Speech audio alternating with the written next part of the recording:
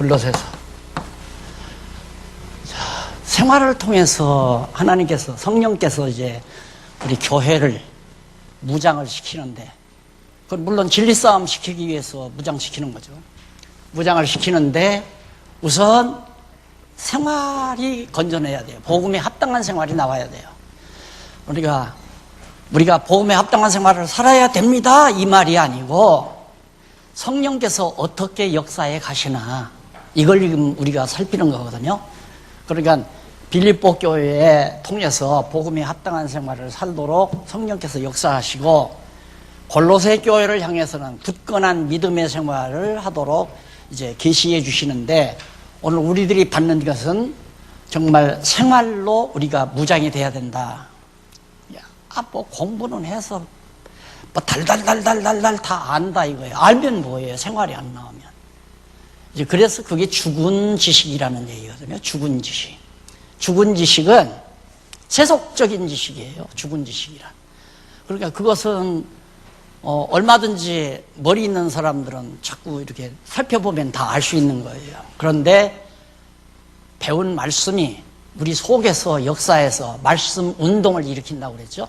말씀이 운동을 일으켜서 이렇게 생활을 하지 않고는 안 되도록 성령께서 이끌어 갔어요. 그러니까 우선 복음에 합당한 생활을 하게 만들고, 믿음이 절대로 흔들리지 않게 만들어요. 믿음이 흔들리지 않게 굳건하게 성령께서 이끌어 가신다. 왜? 무장시키려고. 무장은 왜? 진리 싸움하게 하려고. 이 내용을 우리들이 잘 아시면서 골로새서에 지금 접근에 들어가는 겁니다. 골로새서는 굳은 믿음의 생활로 우리를 무장시키는 성령의 역사가 기록되어 있다, 이렇게 생각하시면 됩니다. 그러니까 여기다 이제 하십시다. 굳건한 믿음의 생활. 골로새서. 첫째, 한 숫가로 첫째, 복음 진리에 대한 확증.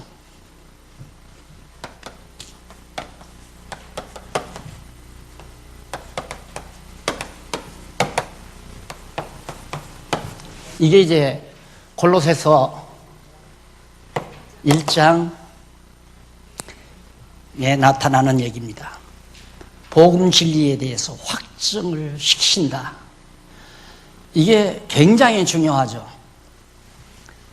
자꾸 이렇게 하다가 보면 제 얘기가 가끔 나오거든요.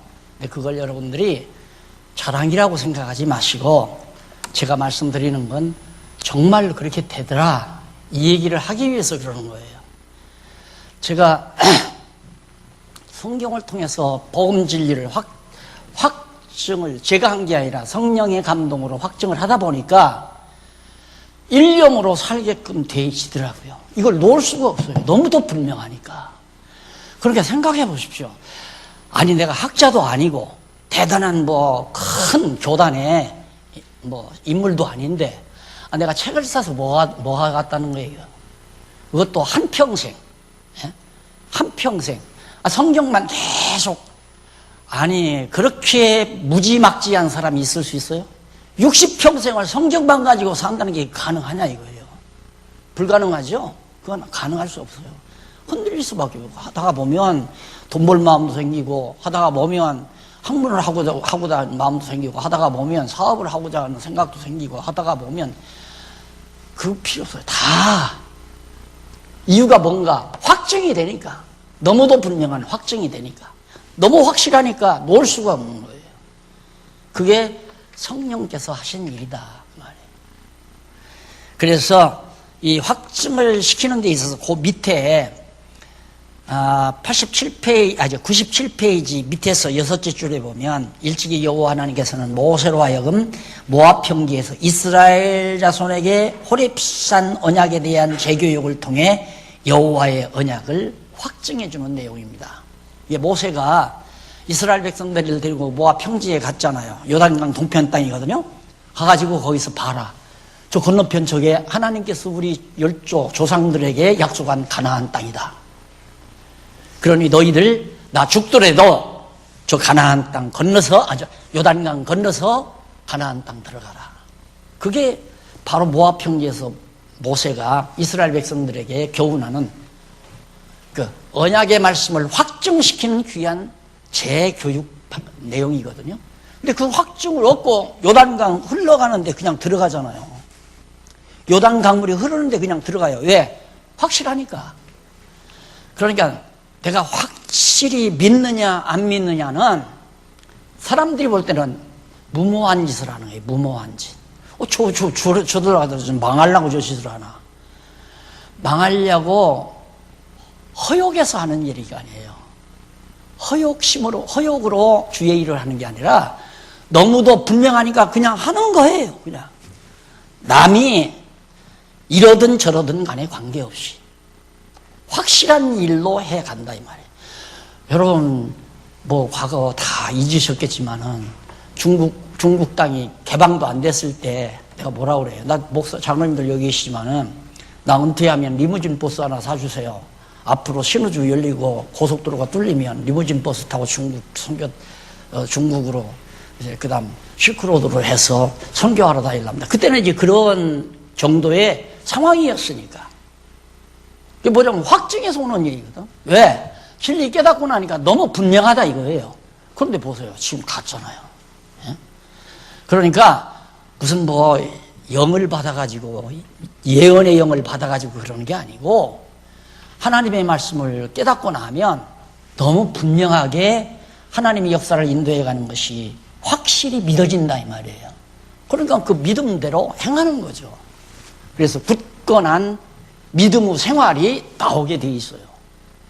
그러니까 아무리 그건 뭐 안 되게 만들려고 인간이 노력한다는 필요 없는 거예요. 하나님의 뜻대로 되게끔 돼 있어요. 반드시 하나님의 뜻대로. 그러니까 확증이라고 하는 것은 성령께서 우리에게 진리를 통해서 시키는 거거든요. 그래서 복음 진리에 대한 확증을 시키는 이 놀라운 역사도 모세를 통해서 확증시킨 그 언약의 말씀을 이루기 위한 하나님의 섭리죠. 그 가운데서 첫 번째, 양쪽 가로 첫 번째, 98페이지에 보면 양쪽 가로 첫 번째, 전파된 복음을 회고함.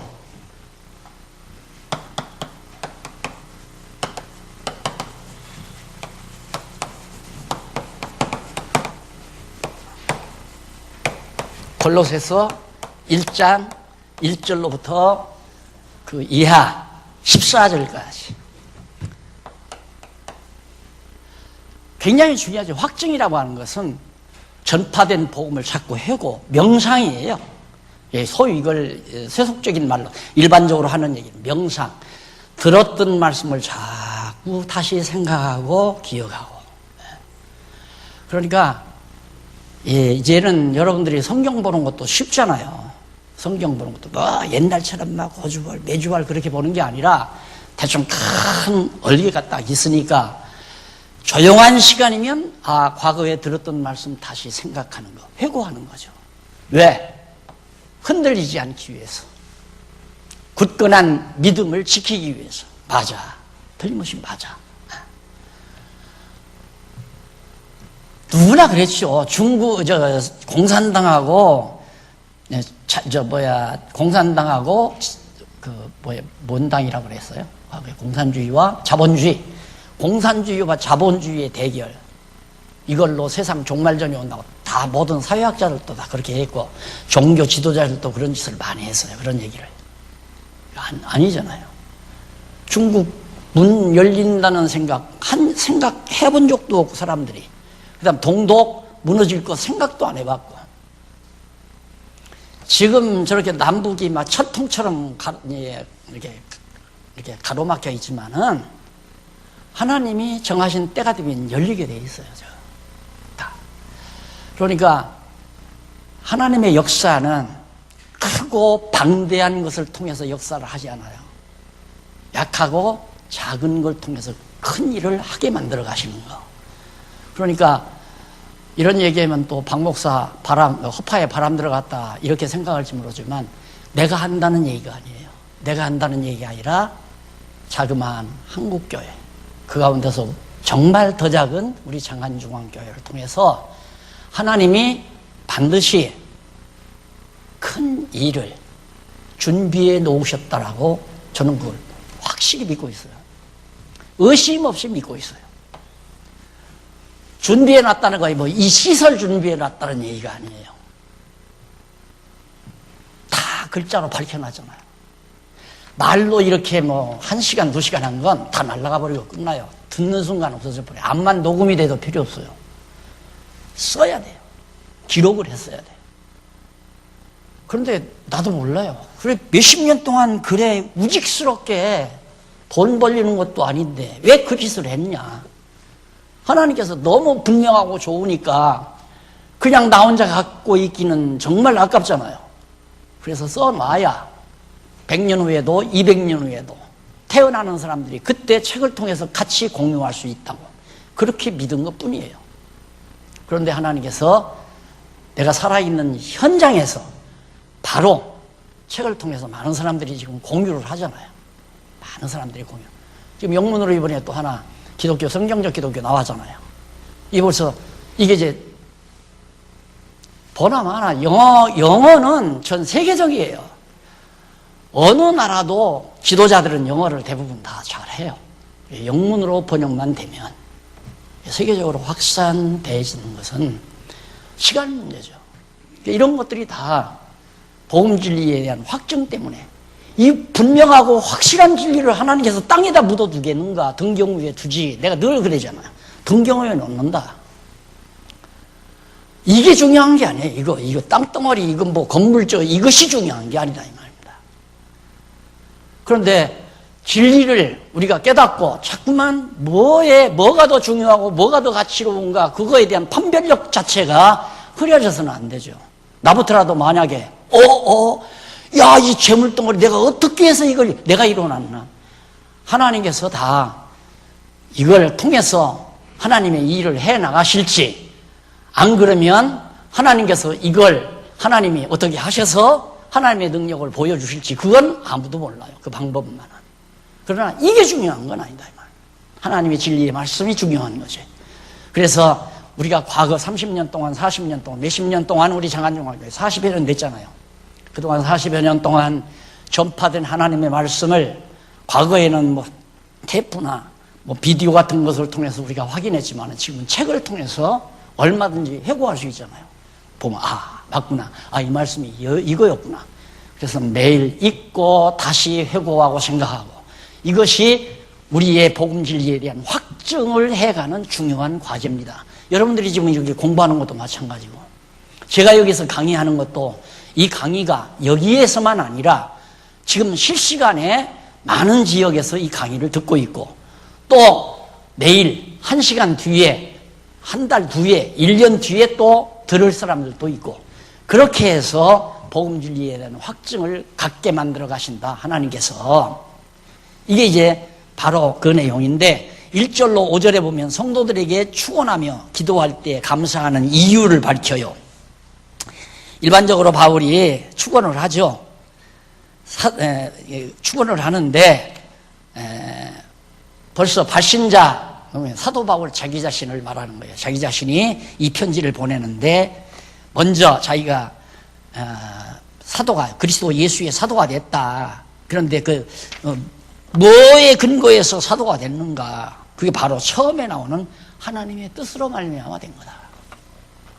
사도가 무슨 예루살렘 총회에서 바울 데려다 놓고 너는 사도로 임명하노라 하고 머리에다 대고 안수하고 가운 입혀주고 프라카드 써서 꽃다발 증정하고 이런 거 없어요. 거기에 많은 성도들이 다 농락당한 거란 말입니다. 와, 이거 장로 되는 거 대단한 거구나 이거. 막 장로 피택하는데 돈 안 가지면 안 된다. 돈 얼마가 들어야 된다. 해놓고는 쫙 해놓고 끄릿끄릿한 미끈미끈 기름기가 번질번질한 목사들 즐기하게 배순이 쳐가지고 나와서 둘러서서 가운 입고 손을 얹고 하면서 하니까 이거 무슨 큰 벼슬이나 하는 것처럼 이게 한국교회를 다 병들게 만든 거란 말입니다. 그게 다른데 다 그러는데 남들 안 그럴 수가 있어요. 하다 보니까 문제가 발생하더라 이 말이야. 하다 보니까 선물 뚜러기 막 들어오지. 꽃다발 무더기로 들어오지. 하나님의 뜻으로 자기는. 바울 누가 사도로 임명한 사람 아무도 없어요. 그러니까 내가 하는 얘기가 그 말이야. 왜 그렇게 장로 안수 받으려고 애를 쓰느냐 이거야. 그냥 해! 장로 일 하라 이 말입니다. 그냥. 권사 안수 받으려고 왜 애를 써요? 그래가지고 교회가 박살나버리고. 애쓸 필요 없어요. 영혼 사랑하는 마음이 있으면 해요. 영혼 사랑하고 살아요. 그러면 권사예요. 복음 증거해요. 그러면 전도자고 선교사고 목사고 교사란 말입니다. 성경 잘 알면 가르쳐요. 그러면 교사지 뭐. 교사 누가 임명해야 하나?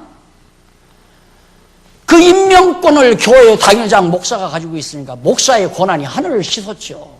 야, 목사 안 맡으면 장로 되고 안 된다. 그래서 목사 권위가 자꾸만 높아져 가게 되고 목사가 교회를 완전히 자기 마음대로 좌지우지해버리고 이게 다 한국교회가 하다가 지금 완전히 추락하고 있는 거 아니에요? 아니에요. 그건 교황청에서 다 하는 짓거리들이지. 로마 교황청에서 기다려요. 거기 교황청은 신고가 되면 주기경이 되려면 가서 딱 엎드려야 돼. 바짝 엎드려야 돼. 쭉 엎드려야 돼. 그냥 무릎 꿇고 엎드리는 것도 아니에요. 쭉 엎드려야 돼요. 완전 복종당하라 이 말이야. 완전 교황청에 복종해라. 그걸 몸으로 보이는 거야. 그런 이 밝은 시대에 그런 망발이 어디, 그런 만행이 어디 있어요? 다 하나님 앞에서 똑같은 다 하나님의 피조물인데 각자가 받은 은사, 아까도 말했지만 나는 집사의 은사다. 나는 절대 권사는 안 된다. 왜? 내가 가르치는 은사가 없어. 어린 영혼들을 추스리고 가르칠 수 있는 지도력도 없고. 그러니까 나는 지금 구멍가게지만은 그래도 매일 벌어서 다만 몇만 원이라도 복음에 협력할 수 있다. 그래서 후원자로서 사명을 가지고 집사로서 일을 해나가면 평생 집사로 살면 어때요? 나는 그래서 목사하면 교회 당회장을 해야 되니까 목사라는 말 듣기 싫다는 얘기가 그 말이에요. 그냥 성경 교사. 그러니까 교사는 주일학교 교사 같으니까 그냥 교수님이라고 교수라고 하는 그것도 이제 나를 높이려고 하는 생각들이죠. 그런 얘기도 듣기 싫다. 그냥 성경 가리키는 선생. 그 이상 더 듣고 싶지도 않고 그것만 만족하고 더 이상 바랄 것도 없고 그게 자기가 받은 사명이에요. 그런데 어떻게 살다 보니까 뭐 당회장도 했지, 무엇도 했지, 총회장도 했지, 뭐 소장도 했지, 별걸 다 했어 내가. 그냥 안 한다고 그러잖아. 나 그거 안 한다. 나는 그냥 성경 가리키는 선생 노릇만 하다 죽는다. 왜? 그것이 내 받은 은사니까. 바울을 누가 안수했어요? 바울을 어느 단체가 바울을 사도로 임명했냐 이 말이에요. 자기는 하나님의 뜻으로 됐다. 그 다음에 이제 그 밑에 99페이지 밑에서부터 8째 줄에 보면 수신자 신분을 말하는데 수신자 신분이 누구냐면 골로새 성도들이거든요. 골로새에 있는 성도 곧 그리스도 안에서 신실한 형제들. 형제들이라고 하잖아 다. 왜? 그리스도 안에서 형제. 왜 그러냐면 아버지 꼭 똑같은 한 아버지 하나님 아버지 아들들이니까 우리가 다 남자나 여자나 다 아들이에요. 하나님 앞에는 남자 여자가 없으니까 하나님 앞에서 무슨 하나님의 딸이 어디 있고 아들이 어디 있어요. 다 모두가 하나님의 자녀들이지 아들들이지. 그래서 형제라고 하는 거예요. 그리스도 안에서 형제된 너희들에게 내가 편지한다. 근데 그 골로새 지방 거기 보면 첫째로 성도의 심령에 감사한 마음을 이제 은혜라고 하는 말, 은혜 중에 있으라. 근데 그 은혜라는 말은 아까도 말했지만 감사한 마음을 자아내고 평강은 하나님께 대한 찬양을 자아낸다, 품어낸다 이 말이에요. 찬양을. 그러니까 내게 하나님의 은혜가 충만하게 되면 성도의 심령에 감사한 마음이 하나님의 은혜가 풍성한데 감사한 마음이 그러니까 사람이 선배의 은혜라든가 또 스승의 은혜라든가 또 아니면 뭐 형님의 은혜라든가 이런 은혜를 부모의 은혜라든가 은혜를 생각하는 사람은 마음이 부드럽고 늘 푸근할 수밖에 없어요. 왜? 감사한 마음이 늘 찾아 있으니까. 그런데 은혜를 망각하게 되면 이제 떠받고 싶고 대들고 싶고 찢고 싶고 이런 마음이 생기는 거죠. 사악한 마음이 튼튼하다 이 말입니다. 그래서 우리 성도들이 항상 하나님의 크신 은혜가 떠나면 안 돼요. 그거 이거 내 마음대로 되느냐 이거요. 내 마음대로 안 돼요. 벌써 마음에 불만이 잦아드는 건 벌써 하나님의 은혜를 망각한 거예요. 짜증이 잦아드는 것도 하나님의 은혜를 망각한 거고. 그리고 평강이라고 하는 것은 행복감 아니에요? 늘 평안한 마음이 있으니까. 그러니까 찬양이 나올 수밖에 없죠. 그래서 경건 생활에 감사와 찬양, 이게 경건 생활의 아주 핵심 내용이에요. 그러니까 우리가 경건에 하면 모여서 하나님께 감사하고, 소원 있으면 기도하고, 그리고 찬양하고, 이게 경건이에요. 이게 그렇게 하기 위해서 간단히 말씀을, 진리의 말씀을, 들었던 말씀을 회고하는 거죠. 뭐 새로운 거 배우는 게 아니라 들은 말씀을 간단히 회고하면 감사한 마음이 없던 사람도 감사한 마음이 생기잖아요. 평안함이 없던 사람도 평안함이 생기게 되고, 그러면 찬양이 나오고 감사한 마음이 터져나오고 기도가 나오고, 그게 이제 경건이란 말입니다. 무슨 제사의식이 예배가 아니고. 그 다음에 넘어가서 감사하는 이유를 바울이 밝히거든요. 무엇 때문에 감사하는가? 그 감사하는 이유를 밝히는데 그 이유가 800페이지, 8800페이지 중간쯤 보면 줄바꾼 데 나오죠. 바울은 너희를 위하여 하늘에 쌓아둔 소망을 인함이니 너희가 전에 복음 진리의 말씀을 들은 것이야. 감사하는, 바울이 늘 골로새 교회 성도들 때문에 감사하고 사는데 그 감사하는 이유가 너희들이 나한테 선교비를 잘 보내줘서 감사하다, 이게 아니에요. 그게 아니고 하늘에 쌓아둔 소망 때문에 감사하다. 너희들이 정말 하늘에 소망을 두고 있지 않느냐. 그런데 너희가 전에 바울을 통해서 복음 진리의 말씀을 듣고 복음 진리의 말씀을 안 들었으면 소망이 없죠. 복음 진리의 말씀을 들었기 때문에 하나님 나라의 소망을 가지고 있어서 감사하다. 그래서 바울이 감사하게 된다라는 얘기합니다. 자, 그 다음 1장 6절로 8절에 보면 제일 하단에 나오죠. 복음을 듣고 배우도록 전해준 종 에바브라를 소개합니다. 자, 왜 에바브라를 통해서 골로새 교회는 특히 바울이 직접 가서 말씀을 안 가르쳤어요.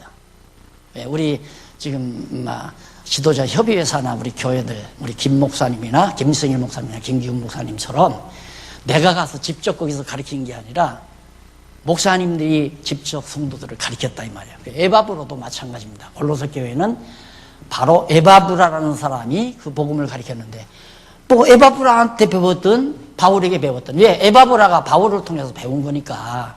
그래서 이제 그런 얘기를 하면서 거기 6절 한번 보실까요? 골로새서 1장 6절에 보면 이 복음이 이미 너희에게 이름에 너희가 듣고 참으로 하나님의 은혜를 깨달은 날부터 너희 중에서와 같이 또한 온 천하에서도 열매를 맺어 자라는도다. 골로새 교회에서 이렇게 하나님의 말씀을 듣고 신앙이 성숙해져 가는 것처럼 온 천하에서 지금 여기저기에서 아세아라든가 마게도냐라든가 아가야라든가 안 그러면 이제 안디옥이라든가 예루살렘이라든가 이런 등지에서 지금 많이 자라나고 있다. 우리와 좀 똑같은 영국 아닙니까? 우리 지금 현실 상황이나 똑같다 이거예요. 그래서 바울이 정말 감사하다. 이와 같이 우리와 함께 종된 사랑하는 에바브라에게 너희가 배웠나니, 이 에바브라, 우리와 함께 종된 사랑하는 에바브라, 동역자라 이 말이죠. 동역자. 예, 바울이 에바브라를 얼마든지 에바브라를 내 제자 에바브라에게 이렇게 말할 수 있죠. 근데 바울이 이런 걸 보면 정말 참 인격적이다 이런 생각이 들어요. 에바브라를 동력자로 생각하는 거. 그는 너희를 위하여 그리스도의 성실한 일꾼이요 성령 안에서 너희 사랑을 우리에게 구한 자니라. 그리스도의 성실한 일꾼이다. 내 제자가 아니고 내 심부름꾼도 아니고 나를 협력하는 내 후배도 아니고 그리스도의 종이다라고 소개하잖아요. 그리스도의 종일 뿐만 아니라 너희의 사랑을 골로새 교회 성도들이 바울에게 배우지 않았어도 바울에 대한 사랑이 끔찍했어요. 그래서 바울을 사랑하는 그 사랑을 바로 에바브라가 바울과 함께 복음을 증거하는 그런 자들에게 전해주는 거죠. 이게 얼마나 그게 다 서로 힘을 얻는 거 아니에요. 바울 선생님. 지금 골로새 교회 성도들도 바울 선생님을 굉장히 사랑하고 아끼고 소중하게 여기고 있습니다. 이런 말을 에바브라가 누구에게? 바울에게. 네, 인간적인 성령의 역사가 아니면 그렇게 안 하죠. 그렇게 안 하고 절대 바울 말 안 하죠. 바울이 자기보다 못하다고 자꾸 말하고 있죠.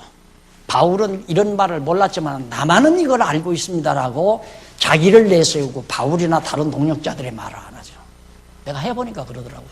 우리 강남노예가 그래서 다 망한 거 아니에요.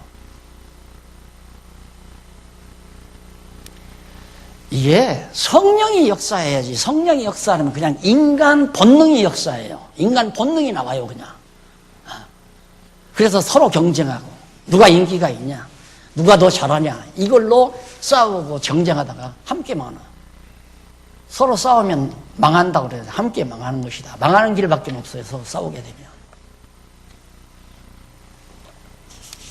바울은 에바브라를 자기 후배나 자기의 수종자나 자기를 돕는 어떤 제자로 그렇게 말하는 게 아니라 하나님의 종이라고 하잖아요. 하나님의. 그리고 동력자라고. 동력자다.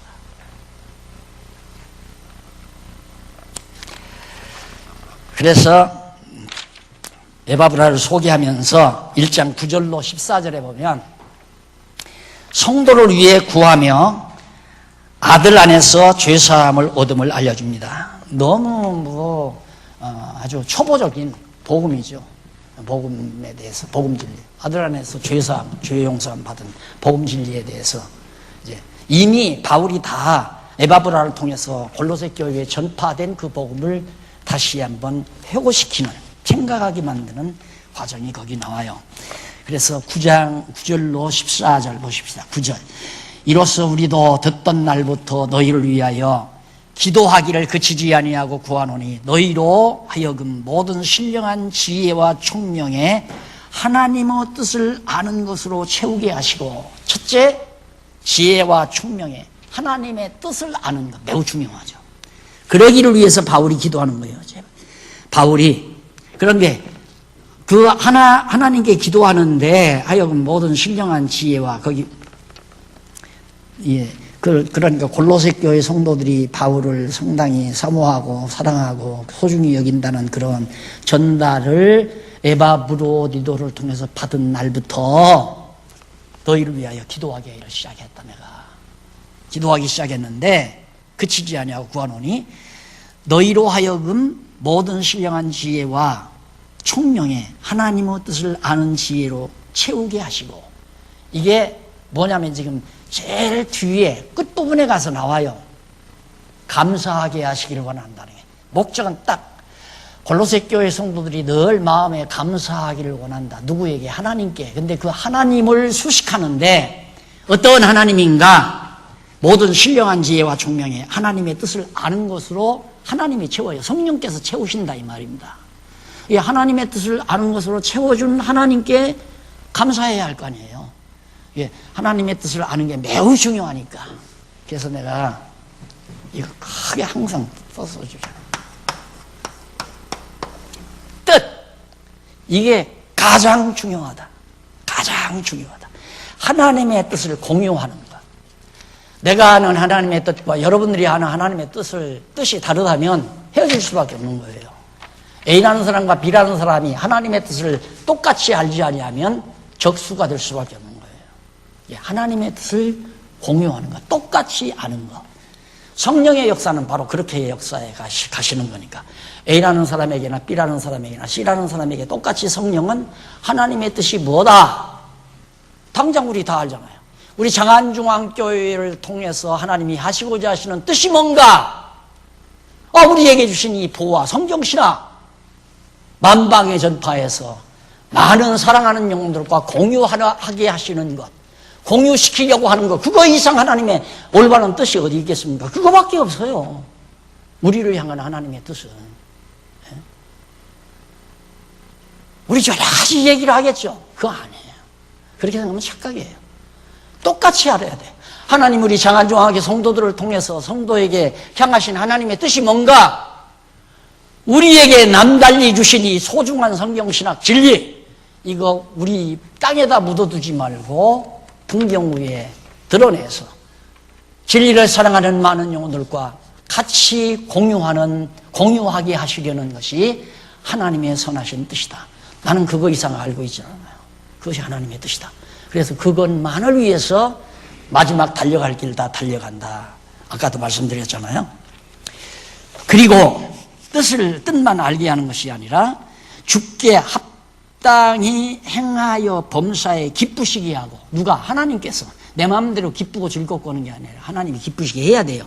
또 모든 선한 일에 열매를 맺게 하시며, 누가? 성령께서 하나님을 아는 것에 자라게 하시고, 성령께서 그 영광의 힘을 쫓아 모든 능력으로 능하게 하시며, 성령께서 기쁨으로 모든 견딤과 오래 참음에 이르게 하시고, 성령 하나님께서 우리로 하여금 빛 가운데서 성도의 기업의 부분을 얻기에 합당하게 하신, 누가?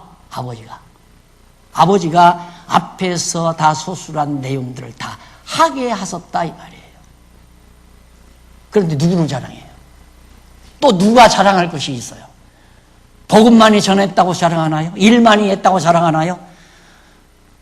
연구만이 했다고 자랑하나요? 다 하나님이 하게 하신 것. 그래서 하나님의 영광을 드러내는 겁니다. 그런 아버지께 어떻게? 단 한 가지 구하는 건네요. 감사하게 하시기를 원한다. 모든 거 하게 하신 하나님이 감사도, 골로새 교회 성도들의 마음속에 감사도 하게 하시기를 간절히 내가 기도하고 있다. 그 말이에요, 바울이. 나는 이 기도가 너무너무 멋있다고 생각해요. 바울이 한 이 기도가. 야, 어떻게 이렇게 성경신학과 똑같은 게 아니라 성경신학의 핵심이 여기다 달려있잖아요. 성경신학적인 윤리, 행동 윤리, 이것이 여기에 그냥 그대로 담겨 있어요. 다 아버지께서 하게 하신 거예요. 전부 다. 그렇게 하게 하신 하나님께 골로새 교회 성도들아 감사해라. 우리는 얼마든지 여기다 덧붙일 수 있죠. 잘 먹고 살게 하는 거, 잘 먹고 살게 하신 하나님, 메르스에 걸리지 않게 하신 하나님, 건강하게 하신 하나님, 자녀들 주신 하나님, 가정을 이루게 하신 하나님, 사업을 하게 하시는 하나님, 하게 하신 하나님, 감사하게 하시기를 원합니다. 여기에 빠질 게 뭐 있어요? 다지요. 그러니 우리의 마음속에 감사가 있다는 것만큼 소중한 일이 없어요. 감사가 사라지는 날부터 불만이 있고 짜증이 있고 원망이 생기고 미움과 증오가 생기고 시기와 질투가 생기고 뻔한 거 아니에요? 감사함이 있으면 다 사라집니다. 다, 모든 것이 다 사라져요. 부모의 은혜에 대한 감사한 마음이 생기면 부모가 대학을 안 보내준 것도 감사하고, 부모가 가난한 것도 감사하고, 부모가 집을 안 사준 것도 감사하고, 부모가 정말 나를 낳아준 것도 감사하고. 요즘 아이들 그게 유행인지 몰라요. 어버이날에는 부모님, 아버지, 어머니, 날 낳아줘서 감사해요. 그 말이 그렇게 참 아름답더라고요. 날 낳아줘서 감사해요. 이 험악한 세상, 직장 잡기 어려운 젊은 세대에 아버지, 어머니, 날 뭐 때문에 낳아놨어요? 아버지 사업자금 내주세요. 네가 버려서 해, 인마. 그러면. 그럴 테면 날 왜 낳아놨어요? 그러고 대들잖아요. 그 부모에 대한 감사가 없는 놈이거든요. 하나님께도 마찬가지예요. 감사한 마음이 있다는 건 너무너무 소중한 겁니다. 그래서 바울이 골로새 교회 성도들을 위해서 기도하는 기도의 단마디 제목 하나, 감사하게 하시기로 한다. 누구에게? 아버지께. 어떤 아버지께? 다 하게 하신 아버지께. 지혜와 총명이 있으면 뭐예요? 다 하나님이 그렇게 하게 해서 지혜도 있고 총명도 있는데, 중요한 것은 그렇게 해주시는 하나님께 감사한 마음이 없으면 자만에 빠지고 잘난 척하고 똑똑한 척하고 나 없으면 아무것도 안 되는 줄 알고 자기가 제일이고 이런 생각이 다 사로잡히게 되는 거죠. 어리석어서 그래요. 다 하나님께 대한 감사한 마음이 없으니까. 그러면서 이제 계속해서 원한을 하면서 그가 우리를 후일에 흑암의 권세에서 건져내서 그의 사랑하는 아들 나라로 옮기셨으니 그 아들 안에서 우리가 구속 곧 죄사함을 얻었도다. 그 죄사함 얻은 것에 대해서 밝히 말하잖아요. 그래서 거기 성도를 위해 구하면서 아들 안에서 죄사함을 얻은 것을 알려주는 내용이 바로 14절까지 나타나 있다. 그 다음 이제 15절부터 1장 15절로부터 29절까지 내용입니다. 두 번째는 전파된 복음을 변증함.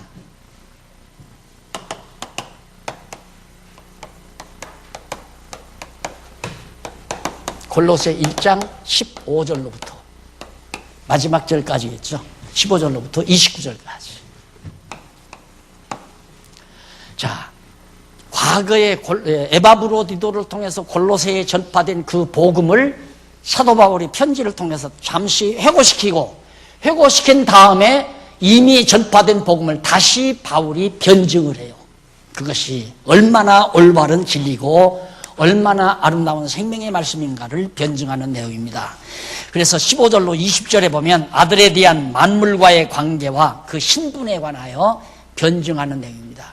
이 복음이라고 하는 것은 예수가 그리스도라는 것이 복음이니까 그 그리스도의 아들 예수 그리스도가 만물과 어떤 관계에 있는가, 그리고 그 신분은 어떠한 것인가. 그런데 관한 그 관계는 어떤 관계냐면 그는 보이지 아니하시는 하나님의 형상이다. 하나님의 형상이야. 안 보이는 하나님의 형상. 여러분, 베르스큐는 눈으로 안 보이잖아요. 그래서 사람을 죽이고 살리잖아요. 이게 눈으로 안 보인다고 해서 하나님이 없다고 생각하는 건 무식한 인간들이죠. 이게 모든 힘의 근원이시고 생명의 근원이신 하나님이 분명히 살아계신데, 그래서 그 보이지 아니하는 하나님의 형상이고 모든 창조물보다 먼저 나신 자, 창세 이전부터 모든 만물보다 먼저 계신 분이다. 그러니까 예수님은 하나님의 형상이고 또 창조물보다 먼저 다 존재했던 분이다. 그래서 이 두 가지를 지금 바울이 역설하면서 그 다음에 보면 이제 만물이 그에게 창조된 것에 대해서 계속해서 밝혀주고 있습니다. 16절 만물이 그에게 창조되되 하늘과 땅에서 보이는 것들과 보이지 아니하는 것들, 예수 그리스도가 만물을 창조했다 이 말이죠. 예수 그리스도가 말씀 안에 말씀이 육신이 되어 오셨다.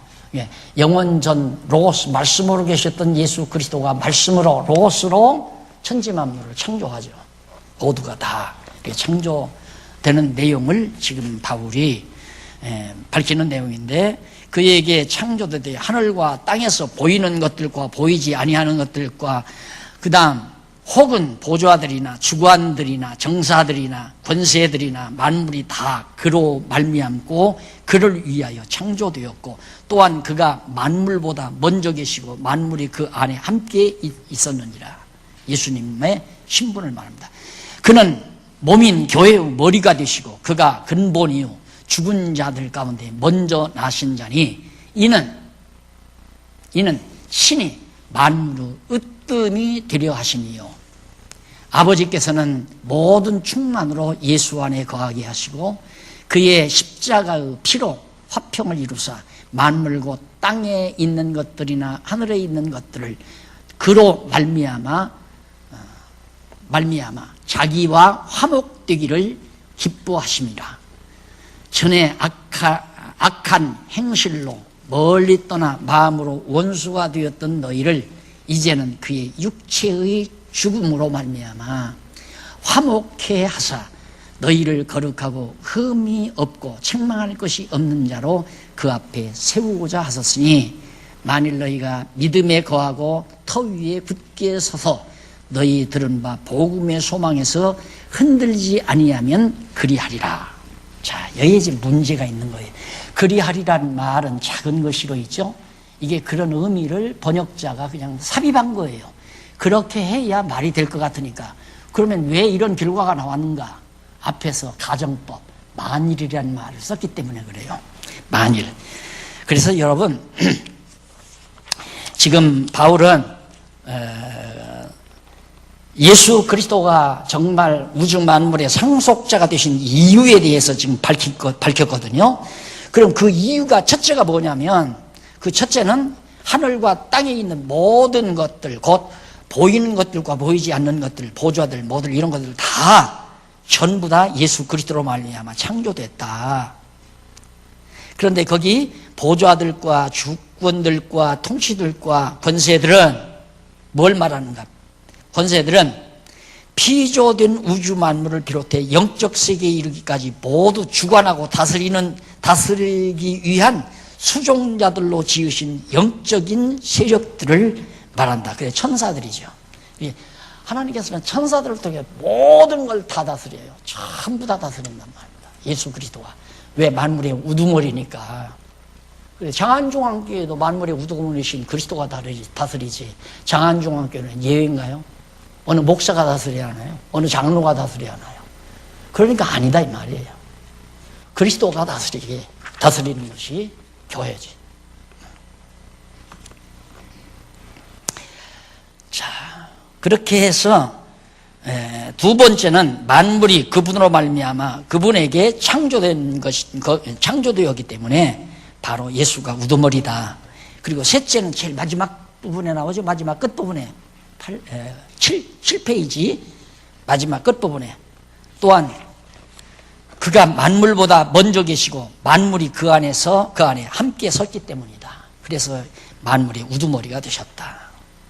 결국 8페이지 위에서 6째 줄 뒷부분에 보면 요컨대 모든 만물에 대한 창조의 원인 및 방법과 목적 또는 만물의 존재 방식이 하나님의 아들과 밀접한 관계가 있기 때문에 그 아들이 모든 피조물에 대한 상속자가 된다는 것이다. 왜 예수 그리스도가 보이는 것과 보이지 않는 모든 것들을 상속받는 하나님의 아들인가? 그 이유를 거기 밝혔죠.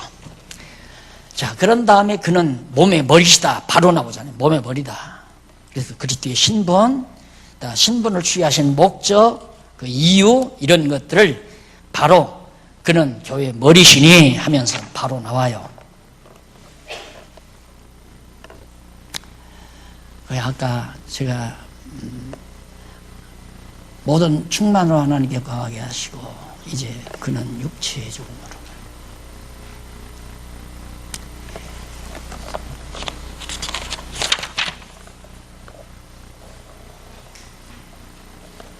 또한 그가 만물보다 먼저 계시고 만물이 그에게 창조됩니다. 18절입니다. 18절로부터 18절에 보면 그는 몸인 교회의 머리라. 그가 근본이요 죽은 자들 가운데서 먼저 나신 자니 이는 친히 만물의 으뜸이 되려 하심이요. 아까 말했죠. 아버지께서는 모든 충만으로 예수 안에 거하게 하시고 그의 십자가의 피로 화평을 이루사 만물 곧 땅에 있는 것들이나 하늘에 있는 것들을 그로 말미암아 자기와 하나님과 화목시키게 하시려고 하나님이 그렇게 하셨다라는 얘기죠. 아까 그 만일이라는 말 제가 잠깐 언급을 했는데 그 만일이라는 말이 그게 가정법이 아니고 이미 확정된 거예요. 확정된 확정문인데 그걸 잘못 번역해가지고 만일이라고 번역해서 그런 결과를 가져오게 된 겁니다. 이미 하나님께서는 분명히 우리들로 하여금 하나님의 자녀가 되게 하시지, 우리가 어떻게 하면 하나님이 이렇게 해주신다, 그런 뜻이 절대 아니라는 것을 명심하시면 되겠습니다. 그 다음 이제는 거기 22절에 나오죠. 이제는 그의 육체의 죽음으로 말미암아 화목케 하사 너희를 거룩하고 흠이 없고 책망할 것이 없는 자로 그 앞에 세우고자 하셨으니, 그러니까 이것도 매우 중요하죠. 육체의 죽으심으로, 왜 예수님이 육체로 죽으셨는가? 죽으심으로 우리를 하나님과 화목하게 해요, 하나님이. 그래서 너희를 거룩하고 흠이 없고 책망할 것이 없는 자로 그 앞에 세우고자 하셨으니, 하나님께서 다 예수 그리스도가 우리를 흠없게 만드시고 또 책망할 것이 없게 다 해서 하나님 앞에 세우신다. 내가 인간의 노력으로 흠도 없고 책망할 것도 없고 그게 아니고, 예수님께서 성령의 능력으로 나로 하여금 흠도 없게 만드시고 책망할 것도 없게 해서 하나님 앞에 세우려고 예수께서 화목제물로 죽으셨다, 그런 뜻이에요. 그래서 만일 너희가 믿음에 거하고 터 위에 굳게 서서 너희 들은 바 복음의 소망에서 흔들리지 아니하면, 여기 확증이죠. 복음의 소망에서 흔들리지 아니하면 그렇게 된다, 그런 뜻이거든요. 만일이라는 말이 23절. 그런데 그게 아니고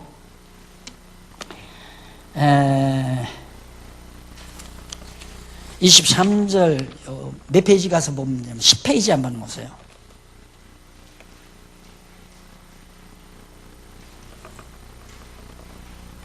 페이지의 중간쯤 보면은, 그러면 바울은 만일 너희가 믿음에 거하고 터 위에 굳게 서서 너희 들은 바 복음의 소망에서 흔들리지 아니하면 그리하리라고 했는데, 헬라어 본문 앞부분에 개라는 말이 있어요.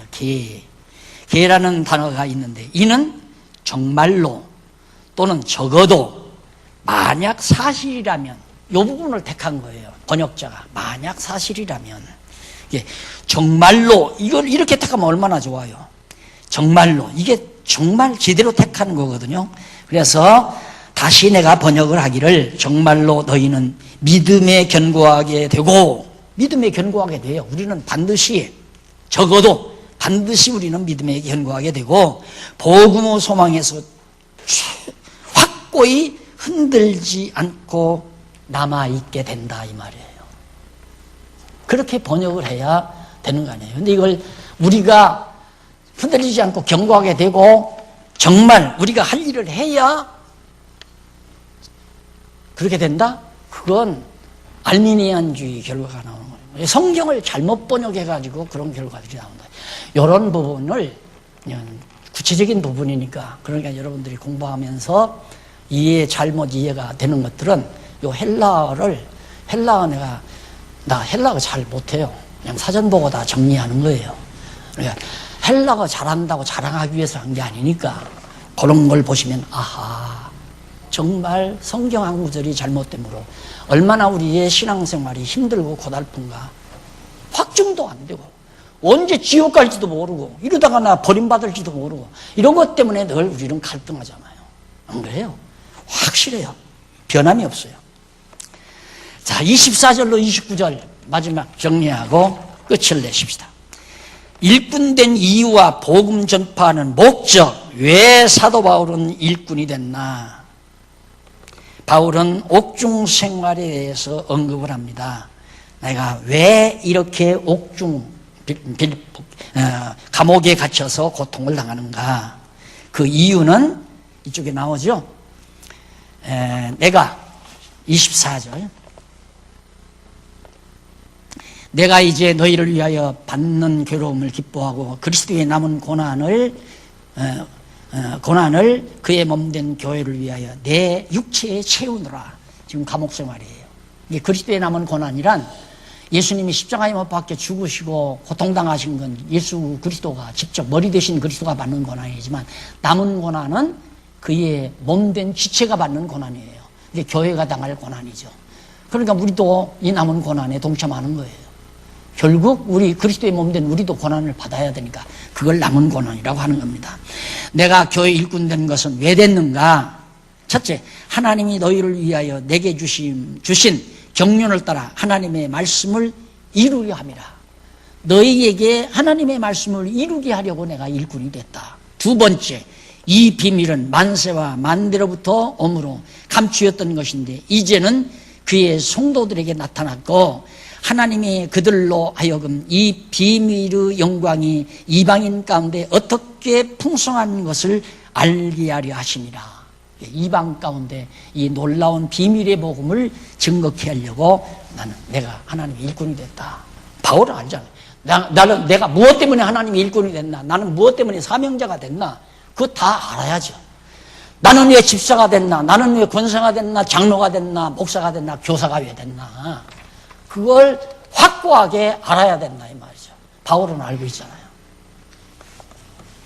그러면서 이 비밀은 어떤 비밀입니까? 너희 안에 계신 그리스도신이 곧 영광의 소망이니라. 우리가 그를 전파하여 각 사람을 권하고 모든 지혜로 각 사람을 가르치면 왜 자기가 복음을 전하고 말씀을 가르치는가? 각 사람을 그리스도 안에서 완전한 자로 세우려 함이니. 목적이 뚜렷해요. 왜 자기는 말씀을 가르치는가? 적용 구태해야 됩니까? 박용기는 뭐 때문에 꼭 성경을 이렇게 가르쳐야 되는가? 다른 거 없어요. 내 협력자 만들기 위한 것도 아니고 날 따르라는 것도 아니고 나와 함께 패거리 차는 얘기도 아니고 바로 뭐냐? 그리스도 앞에 그리스도 안에서 완전한 자로 확고부동한 자로 흔들리지 않고 진리를 위해서 전투하는 자로 세우게 하려는 것. 목적 확실하잖아요. 이를 위하여 나도 내 속에서, 그러면 그 일을 누가 하는가? 바울 자신이 한 게 아니라 그 일을 위하여 나도 내 속에서 능력으로 역사하시는 이와 이 역사를 따라 능력으로 역사하는 이가 누군가? 성령의 역사죠. 말씀의 역사고 성령의 역사. 말씀운동이라는 말이 말씀이 우리 속에서 역사한다는 얘기 아니에요. 살아있는 말씀, 확고부동한 진리의 말씀이 우리 안에 들어오면 이 말씀이 운동력을 일으켜서 가만히 있게 안 해놓는다 이 말이에요. 어떤 핍박이 와도 어떤 반대가 와도 어떤 역쟁이 와도 그 일을 감당할 수밖에 없는. 왜? 내가 한다면, 인간이 한다면 뭐 구태 욕먹고 핍박당하면서 뭐로 해요? 그러나 우리 속에서 역사하는 말씀의 능력이, 성령의 역사가 역사시키는 대로 역사를 따라서 힘을 다하여 수고한다. 힘을 다해서 내가 수고하고 있다. 그러니까 내 힘으로 하는 것이 아니라 주님의 능력에 힘을 입어서 그 힘으로 수고를 하고 있는 것뿐이다. 이게 바울이 한마디도 드러나지 않잖아요. 자기 자신이 안 드러나잖아요. 다 그리스도께서, 하나님께서, 성령께서 이렇게 하게 하신다. 그래서 굳건한 믿음의 생활 성령께서 하게 하신다. 복음 진리에 대한 확증도 시키는데 전파된 복음을 회복해 가고 전파된 복음을 변증하게도 하는 이런 놀라운 역사가 성령의 능력으로 되어지는 것이다. 이렇게 해서 오늘 골로새서 1장까지 살펴봤습니다. 다음 시간 2장부터 계속하겠습니다. 2장부터 마지막 장까지 4장까지 미리 공부해 오시면 감사하겠습니다. 기도하십시다. 자비하신 아버지 하나님 감사합니다. 오늘 또 저희를 불러주시고 골로새 교회를 향하신 성령의 놀라운 음성을 함께 들을 수 있게 하신 것을 감사드립니다. 하나님 아버지여, 정말 우리들도 복음에 합당한 생활을 살 수 있도록 성령께서 말씀으로 우리 안에서 역사하시고 또 우리에게 격려하시는 줄로 확신하고 있습니다. 이 말씀의 능력을 따라서 우리의 남은 여생도 사명자로 살아가는 슬기로운 종들이 되도록 간절히 소원합니다. 그리고 우리 마음속에 항상 감사가 떠나지 않게 하시옵소서. 예수님 이름으로 기도드립니다. 아멘.